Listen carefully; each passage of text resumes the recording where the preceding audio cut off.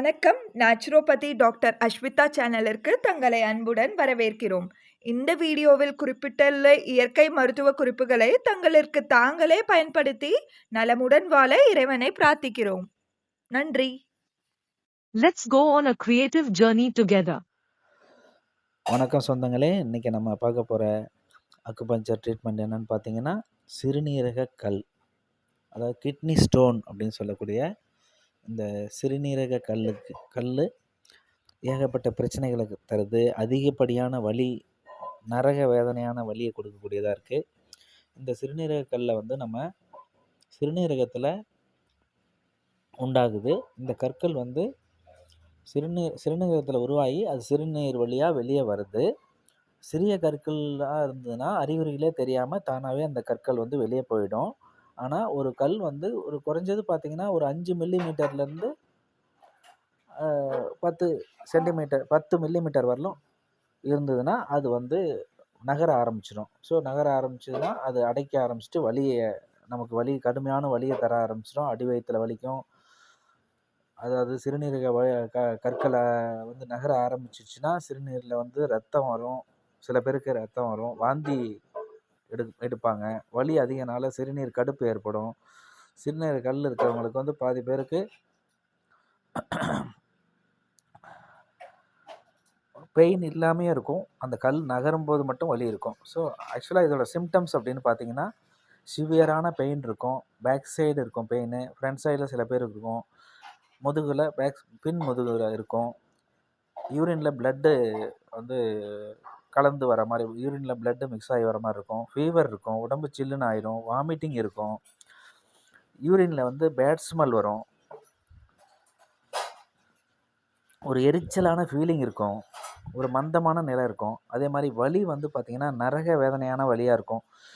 உதாரணமாக பார்த்திங்கன்னா இந்த வலி வந்து பெண்களுக்கு பிரசவ வலி எவ்வளோ வேதனை கொடுக்குமோ அந்த அளவுக்கு பிரசவ வேதனையில் வரக்கூடிய அந்த வலி வந்து இந்த சிறுநீரக கல் மூலமாக பெயின் உண்டாகும்.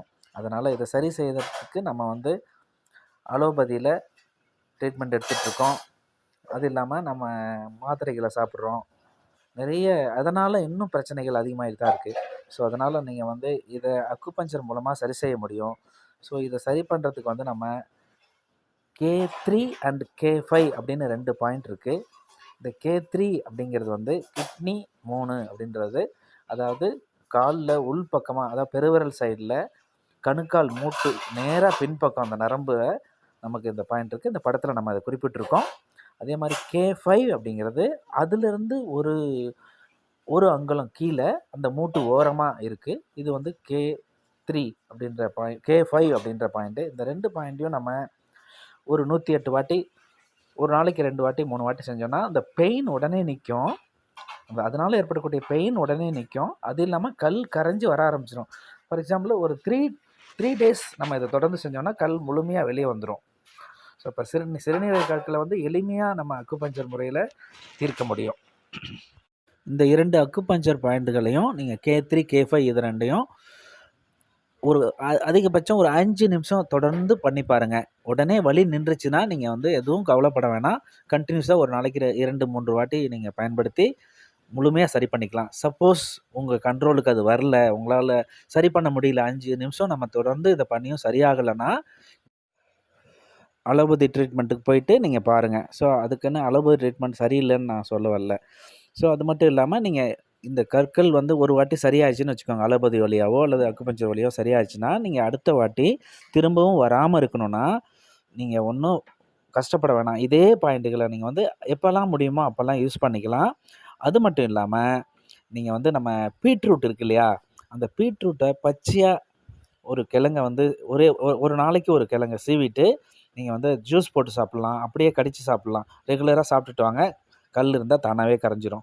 நம்ம எப்பயுமே பாரம்பரியமாக சொல்லுவோம், வாழைத்தண்டு சாப்பிட்டா சரியாகும்னு சொல்லுவாங்க. அதை யூஸ் பண்ணலாம். திரிபலா அப்படின்னு ஒரு சூரணம் இருக்குது. இது வந்து பார்த்தீங்கன்னா வயிற்றில் எல்லா பிரச்சனையும் சரி பண்ணும். அதே மாதிரி கல் இருந்தாலும், கிட்னியில் கல் இருந்தால் கூட அதை கரைக்கும். ஸோ அதனால் அந்த திரிபலாவையும் நீங்கள் ரெகுலராக 365 நாள் கூட எடுக்கலாம்.